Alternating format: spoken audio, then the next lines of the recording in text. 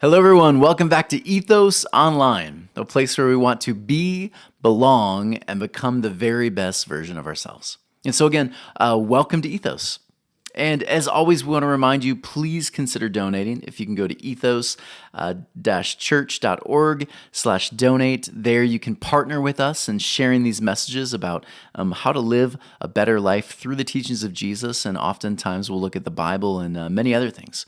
But if you want to partner with us there, please consider giving a tax-deductible donation. And as always, please consider donating. Hit that subscribe button there on your YouTube channel.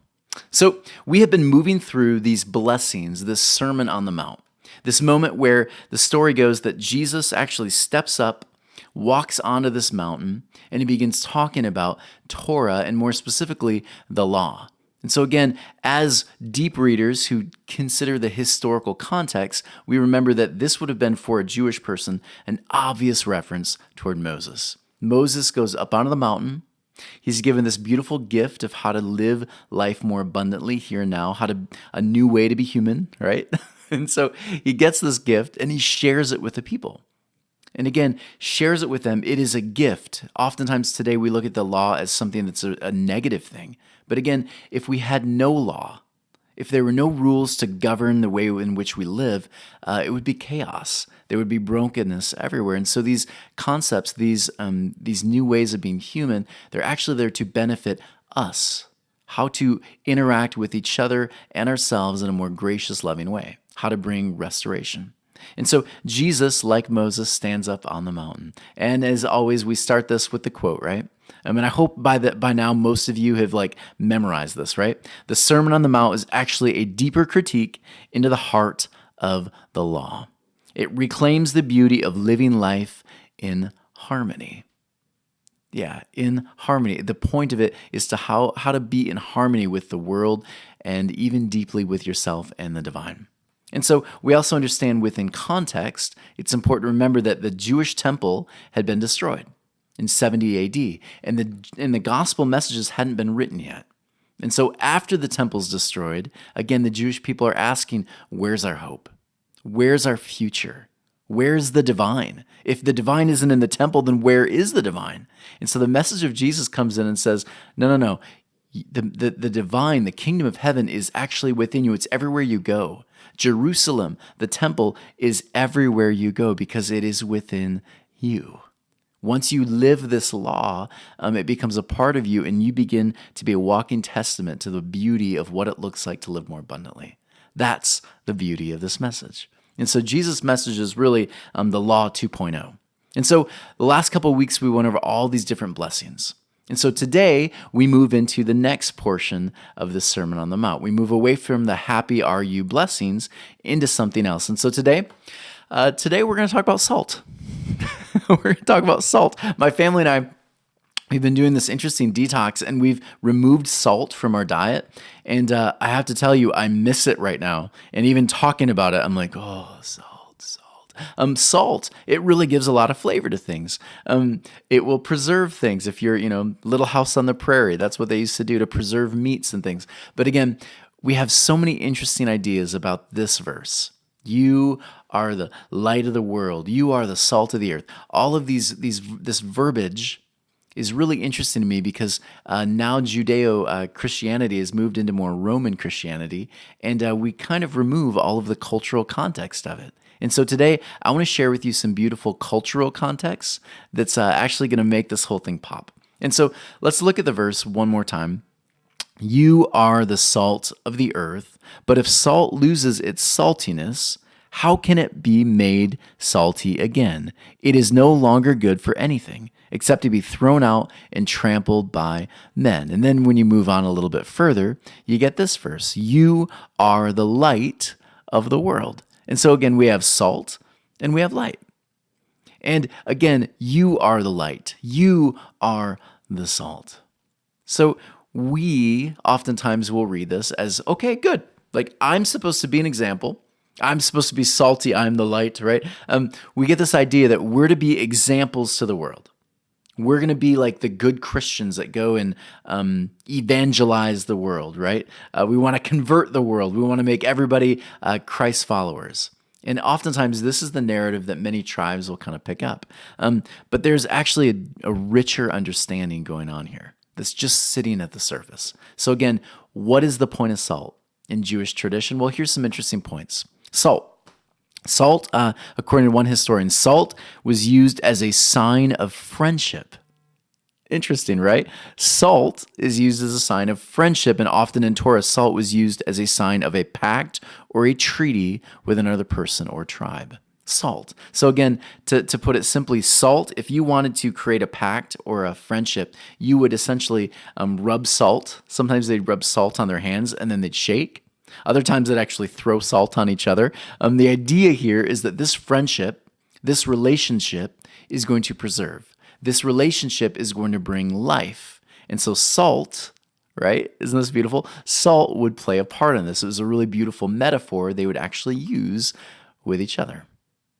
Yeah, cool. You can almost imagine like at a meet and greet, people throwing salt at each other. It would be weird, right? But not for the first century people, even beyond that, Old Testament people. And if you actually look into this tradition of salt, you'll find most tribes, whether Babylonian, Assyrian, whatever, they actually had similar concepts of salt. Salt was a very universal idea with friendship and preservation. Beautiful, right? Yeah. So moving on. When you look at the Old Testament, you'll find all throughout it connections to salt. And so again, salt always, on all your sacrifices, offer salt. Was it because the divine needs a little salt in the diet? Right? Is that the point?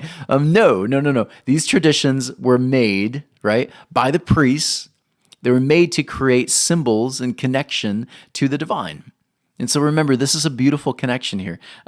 Salt is basically an agreement, a covenant with God that there's going to be peace. Yeah, salt. It's really pretty beautiful. More traditions. At the meal, when you're actually sitting down and you're having a meal together, that in itself was a huge point right there. Whenever you sat with someone, you were essentially saying, you and I are at one. You and I can sit down. There's no war between us. There's actually peace and harmony, and whatever differences we have, we leave it outside of the table. And so again, Jesus sat with sinners is a really big statement. Jesus had oneness with the marginalized. Yeah, I told you this is really good. And so Jewish salt custom at the meal, when you broke bread, most of us were really good at remembering, oh yeah, you break bread. That's what the Jews do. But here's another thing they would do. They would take the bread, they'd break it, and they would actually rub it in salt. And they would eat the bread with the salt. And this was a deep, deep symbol for them. If you did not have this, it was like saying, this is going to be a really heated conversation. We're going to argue and be mad at each other. But when you broke the bread and you dipped it in the salt and you ate it, this was signifying we are in deep connection now. And everything we have to say toward each other is going to move us toward peace. That's the end game of sitting here together. It's going to bring deep connectedness, harmony, and peace. And then here's the beautiful thing too. At the end of the meal, they would do something really odd. It was called they would wash the sodomite off their hands. Yeah. So remember the story. You have Lot and his wife. Lot's wife turns, right? She turns toward the city that's been nothing but destructive, evil, chaotic. It's the very opposite of what the law does, right? It's a lawless place. And so when she turns, she becomes salt. So what they do and what they did is this. At the end of the meal, they would take the salt in their hands and then they'd wash the salt off. And this was a deep symbol, and together, often they'd do it together. They'd wash the salt off and they'd say, look, we're leaving this conversation today with no bitterness, no animosity toward each other. We leave today as good friends. And as we leave, we wish each other the very, very best. Like, can you imagine if that's how our meals went? Or can you imagine if that's how it even played out when different countries come together for treaties, right? We're going to leave this place. We're going to be dedicated to peace. And when we leave, we're going to wash any animosity, bitterness, any of it off of our hands. We are going to wash the sodomite salt off our hands. I know. So again, beautiful. This whole thing hums when you look at the historical context, the beautiful richness of it. And then lastly, I kind of think we all know salt, this custom is about preservation, right? It's actually the one that is spoken least in Jewish culture. But there is that concept of once the salt has been eaten and then the sodomite salt's been washed off, the relationship is preserved. This relationship is supposed to stand the test of time. And trials and moments of disagreement, it's going to stand the test of time because it's been preserved. And so again, you are the salt of the earth. But here's the thing. If salt loses its saltiness, how can it be made salty again? Right? If it is no longer good for anything except to be thrown out and trampled by men. I used to think this last portion of this quote was a good Christian who begins to do bad things, right? I lost my saltiness. I need to be rebaptized. I need to go and do studies with the pastor. I need to go confess to everybody. That's the kind of thing I remember hearing growing up. A lot of like guilt and shame associated with this. Don't lose your saltiness, right? Don't lose your saltiness. Not the point. It's just it's a weird twist in a wrong direction when you go that way. Here's the beautiful point of this. It's essentially saying if you broke peace with each other, then this deep covenant, this promise that new life is going to be just around the corner, if you break that, then new life will not be around the corner. Then this restoration process won't happen. Again, it's kind of like duh. If I choose to wash my hands of the sodomite, right? If I choose to wish them well, and then I turn and I declare war on them, then the whole thing's in vain. Then I am no longer salty. My promises are worthless. You get it? Yeah, it's really beautiful. And so again, the law should be a deep connection to one another. The law should bring deep, deep connection to one another. Beautiful. And then you have this portion. It says this, you are the light of the world, right? You are the light of the world. A town built on a hill cannot be hidden, right? Neither do people light a lamp and put it under a bowl. Instead, they must put it on its stand. And it gives light to everyone in the house. In the same way, let your light shine before others, that they may see your good deeds and glorify the Father in heaven. Now, we talked about salt, so let's talk about light. Many of you right now, you're thinking light. Yeah, okay, good, I got it. City on a Hill. Got it. That's a TV show. Maybe that's a connection. Nope, not the TV show. Not you going door to door, spreading your tribe's version of the gospel. Not that at all. Not evangelizing, not spreading your version. Definitely not you being super Christian, right? It's none of those things. If you are a Jewish person and you hear the phrase city on a hill, please understand. If you are Jewish, there is a deep, deep understanding. It's so common, it's laughable. City on a hill. Where is a city on a hill if you're Jewish? And you're living there in the Middle East? Yeah, it's Jerusalem, where the temple is. You are the place where spirituality happens. I love this. You are the place where spirituality happens. Before, it was all about, we would take these huge journeys to Jerusalem, right? We'd go to Jerusalem and we'd celebrate the big feast, and it was all about going to our homeland, going to our city, our place, our temple. It was all about going somewhere else, right? But Jesus says something different. No, you are Jerusalem. You're where the thing happens. Jerusalem, the city on a hill. Jerusalem was considered by the Jewish community to be the light of the world. That actual phrase is used all the time in Jewish literature. Jerusalem is the light of the world because it was there that the law is preserved and it's shared. And so again, here's the question. If you are a Jewish person and the light on the hill went out, right?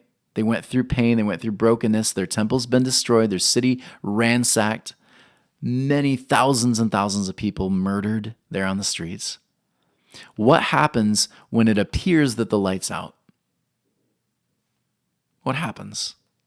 Well, again, how do we find peace with each other and our enemies if we no longer have our temple and basically our sacred writings? That's the question Jesus is answering in all of this. And the answer here is you are the salt. You are the light. Yeah. You are the salt. You are the light. You are the city on a hill now.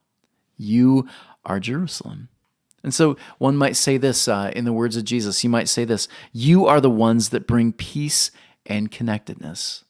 It's you. Yeah, it's you. You live this message. You become the message and you share it, and it becomes you. You are the salt. You are the light. And so the point of this, again, is you are the presence that goes out and connects to the world. Again, the world, if I carry this idea that the world's evil and bad and I have to escape it, then obviously I am breaking covenant with the world. I am breaking relationship. I'm no longer sitting down at a table, right? I'm essentially saying to the world, to my community, to anyone that looks a little different than me or thinks a little differently than me, I'm essentially saying, I will not sit with you at the table. But Jesus' message over and over again is, no. We sit at the table with the world, with our community, with our enemies. We sit at the table and we find connectedness. We find commonality. We create loving connection. We sit in peace together. That's the point. And if you do that, you are the salt and the light of the world. Yeah? So again, how do we do it? How do we do it? I think a couple ways. One is we learn to be more authentic. We just learn to be authentic. When we come together, we learn to be honest and vulnerable, bringing no agendas. We learn to accept and value cultural, political, and religious differences. Here's the thing. I cringe now when I think about people going overseas to essentially westernize them, right? It makes my soul cringe. What if we went overseas and said, what can we share together about, hey, look, we find deep beauty in the Jesus message. How are you finding beauty and wholeness, right? And what can we do together to create peace?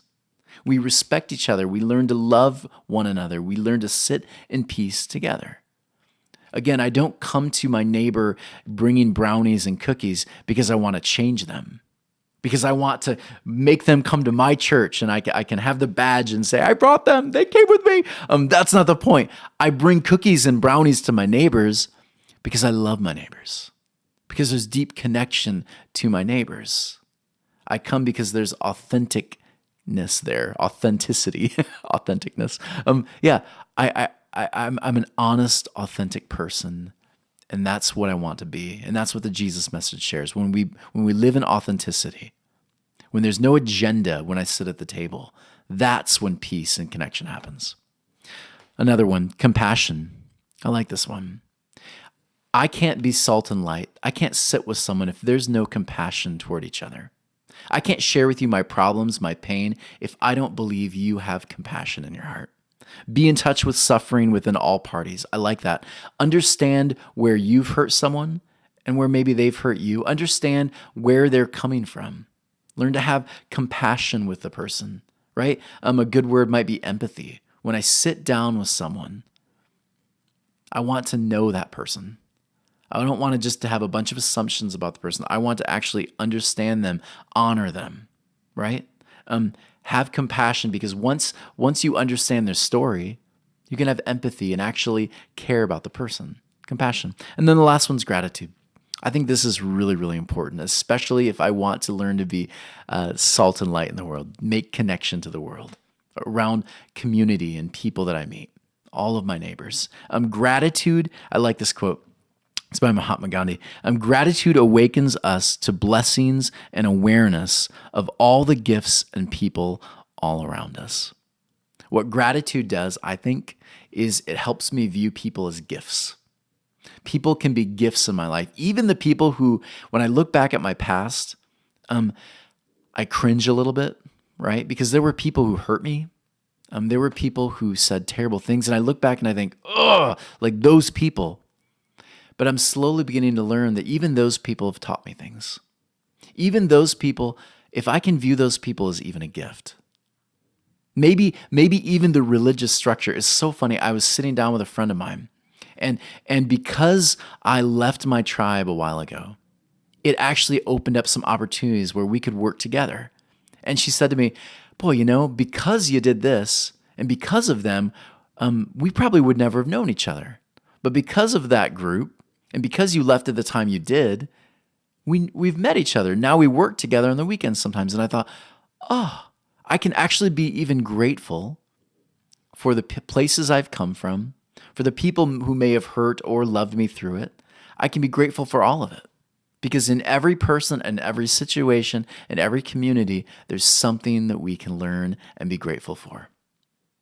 What if that's how we viewed it? Again, I think if that's how we view life, if that's how we view the people around us and our experiences that we've had, we can sit at the table and we can be in connection with just about anybody. And I think that's the deep message that Jesus is sharing today. Beautiful? I think so. Let me repeat it again. You are the ones that bring peace and connectedness. It's you. I hope you enjoyed this. Man, I just come alive when I view these teachings of Jesus within their context. Just powerful. And so, as always, please consider donating to ethos-church.org/donate. Partner with us. And if you're interested in having online real-time connections with people, conversations twice a month, please consider emailing me at tonywerfel@gmail.com. And what I'll do is I'll sign you up for the 1st and the 3rd of every month. And you can join by just clicking a link. And what you'll do is you'll become a part of this living room group. And you'll see all these different people from all these different living rooms across the country. And you can have conversation with all of us who are doing the difficult work of deconstructing and, of course, reconstructing. So consider joining that. And as always, please subscribe there. Hit the bell. Anytime there's a new video up, you'll see us. And folks, I love you. Thank you so much for joining us. And we'll see you next week. Bye. Stay salty.